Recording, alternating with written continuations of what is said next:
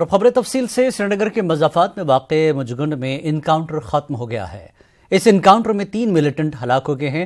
مہلوک ملیٹنٹوں میں حاجن بانڈی پورہ کا مدثر پرے اور ثاقب مشتاق شامل ہے۔ تیسرے ملیٹنٹ کی پہچان پاکستان کے علی بھائی کے طور پر ہوئی ہے۔ پولیس کے مطابق علی بھائی نے فورسز کو 18 گھنٹوں تک مصروف رکھا۔ تینوں کا تعلق لشکر طیبہ سے ہے۔ حاجن میں جھڑپیں بھی ہوئی ہیں۔ پیش مدثر کی یہ رپورٹ۔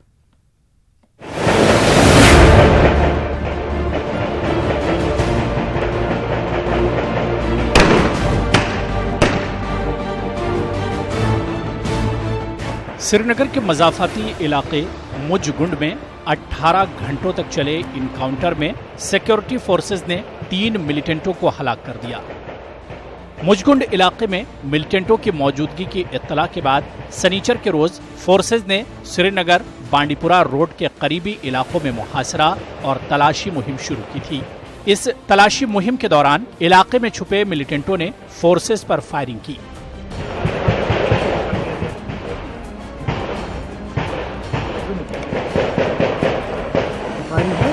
ابتدائی فائرنگ کے تبادلے میں ایک فوجی جوان زخمی ہو گیا تھا۔ فائرنگ کا تبادلہ کافی دیر تک جاری رہا۔ شام تک سیکیورٹی فورسز 2 ملیٹنٹوں کو ہلاک کرنے میں کامیاب ہو گئیں۔ اس بیچ علاقے میں کئی مظاہرین سڑکوں پر اتر آئے، جہاں پر فورسز اور مظاہرین کے بیچ شدید جھڑپیں ہوئیں۔ نوجوانوں کے پتھراؤ کے جواب میں فورسز نے آنسو گیس اور پاوا شل داغے۔ علاقے میں خوف و ہراس پھیل گیا تھا۔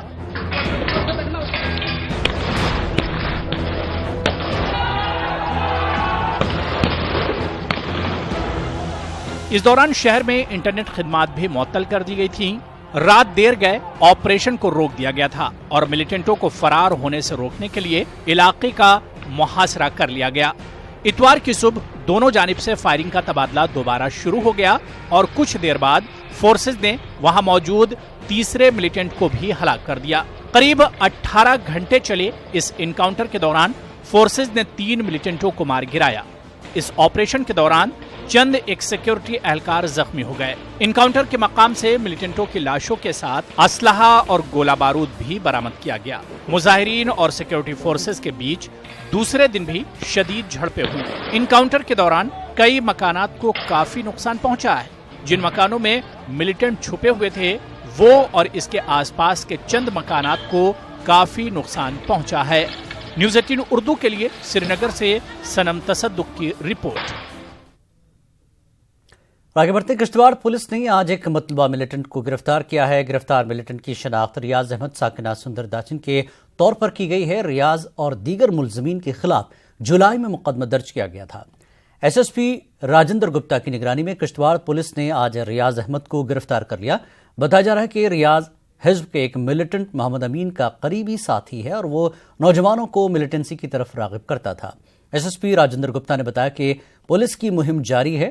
اس ضمن میں مزید گرفتاریوں کا امکان ہے۔ اس سے پہلے پولیس نے اس کیس کے ضمن میں 2 ملزمین کو گرفتار کیا تھا۔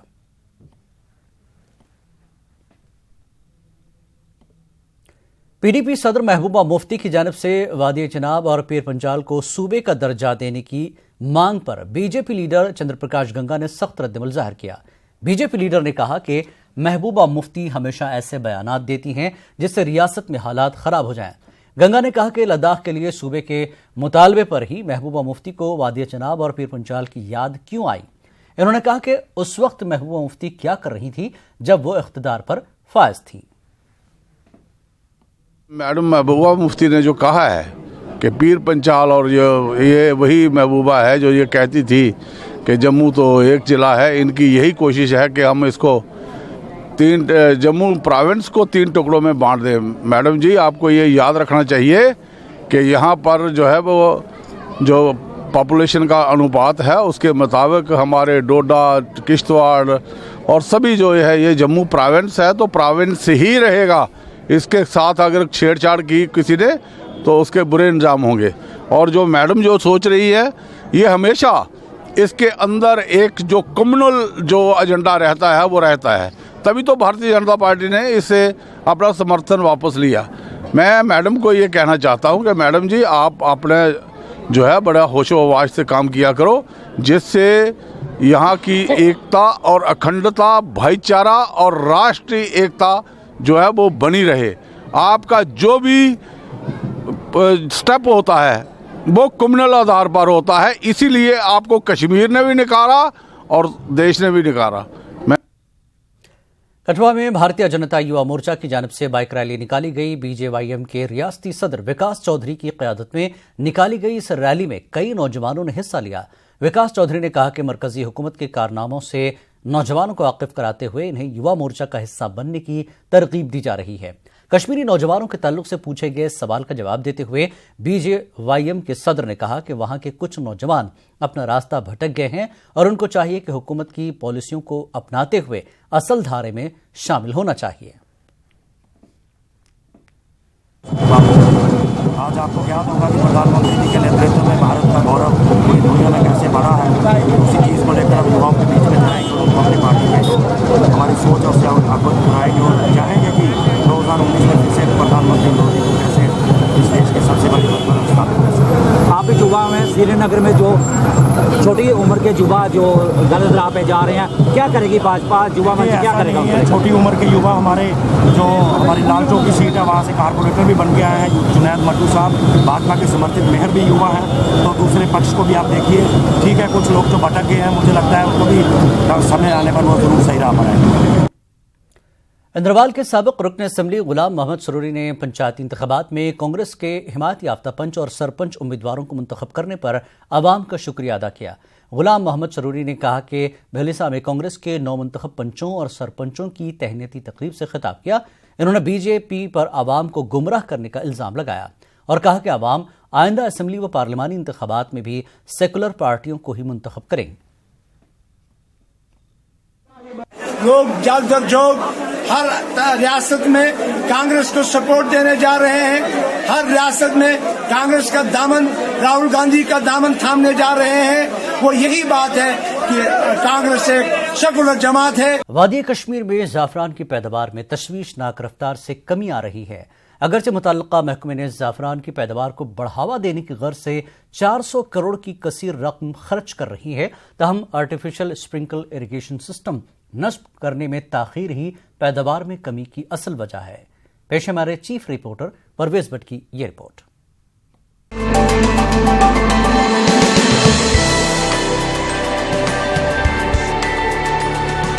کشمیر میں زعفران کی پیداوار کی روایت 500 برس سے بھی زیادہ پرانی ہے۔ ایران کے بعد دنیا میں زعفران کی سب سے زیادہ کاشت کشمیر میں کی جاتی ہے۔ حالیہ برسوں سے زعفران کے رنگ و بو میں کافی بہتری نظر آئی، اس کی وجہ سے اس کی مانگ میں اضافہ ہو گیا۔ تاہم موسمیاتی تبدیلیوں کی وجہ سے گزشتہ دہائی سے اس کی پیداوار میں لگاتار کمی دیکھی جا رہی ہے۔ سن 1996 میں زعفران کی فصل 5400 ہیکٹر اراضی پر مشتمل تھی۔ اس میں مجموعی طور پر 16 میٹرک ٹن کی پیداوار ہوئی، جو کہ اب تک کی سب سے زیادہ ریکارڈ پیداوار مانی جاتی ہے۔ گزشتہ سال یہ پیداوار گھٹتے گھٹتے محض 6 میٹرک ٹن ہو گئی۔ اراضی بھی صرف 2600 ہیکٹر تک سکڑتی چلی گئی۔ زعفران کی پیداوار میں اس قدر کمی کی کئی وجوہات میں بارش کا وقت پر نہ ہونا بھی شامل ہے۔ اگرچہ مرکزی حکومت نیشنل سیفران مشن کے تحت زعفران کی فصل کو بڑھاوا دینے کی غرض سے 400 کروڑ کی رقم خرچ کر رہی ہے، تاہم زمینی سطح پر کوئی خاطر خواہ بہتری نظر نہیں آ رہی ہے۔ نیشنل سیفران مشن کا سب سے اہم جز ایک مصنوعی اسپرنکل ایریگیشن نظام قائم کرنا تھا۔ یہ سسٹم اگرچہ نصب کیا جا چکا ہے، تاہم نامعلوم وجوہات کی بنا پر ابھی کارکرد نہیں ہے۔ جو نئے طریقے سے ہم نے ریزونیشن کی ہے، اس طریقے سے امید تھی کہ ہمیں زیادہ ہی پیداوار مل جائے گا، 17-20 سے اوپر ٹن ہمیں پیداوار ہو جائے گی، لیکن بدقسمتی کی وجہ سے یہ موسمی تبدیلی جو ہوگی پچھلی 2 سال سے لگاتار ڈراٹ ہوا، تو اس وجہ سے پیداوار میں کمی آ گئی۔ اس میں جو میجر جو کمپوننٹ ہے وہ سیفران اسپرنکل اریگیشن ہے، مطلب اس میں تھوڑا سا لاتلیل ہوا ہے امپلیمنٹ کرنے میں۔